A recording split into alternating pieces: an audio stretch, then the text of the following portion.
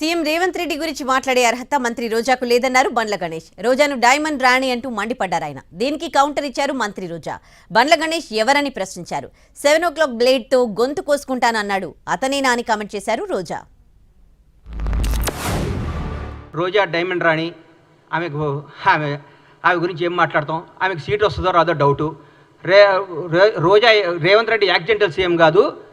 భారతదేశంలో ఇట్లాంటి యోధులు చాలా తక్కువ మంది ఉంటారు. ఈయన యోధుడు, ఈయన పోరాడి కష్టపడి తనేందో నిరూపించుకొని ముఖ్యమంత్రి పదవి తెచ్చుకున్నాడు. యాక్సిడెంటల్ సీఎం అయితే నాన్నగారు చనిపోతేనో, నాన్నగారు వారసత్వం వస్తేనో, ఇంకోటి వస్తేనో, నీలాగా పులుసు వండి పెడితేనో వస్తుంది.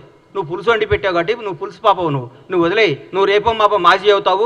ఆ మాజీ ఈ మాజీ కలిసి పెట్టి ఇక్కడ వచ్చి జబర్దస్త్ ప్రోగ్రామ్ చేసుకుంటా, పగల జబర్దస్త్ షూటింగు, నైట్ పూట ఏమో మాజీలు కలిసి తాజాగా కేజీలు తెచ్చుకొని పులుసు వండుకొని పెట్టుకోను. అంతేగాని మా ముఖ్యమంత్రి అనే స్థాయి నీది కాదమ్మా తల్లి. నువ్వు స్థాయి కాదు, నువ్వు ఐటెం రానివి, నువ్వు ఐటెంలానే ఉండు. ఎవరెత్తను ఎవరో 7 o'clock బ్లేడ్ తో కోసుకొని చచ్చిపోతానన్నాడు ఆయనేనా?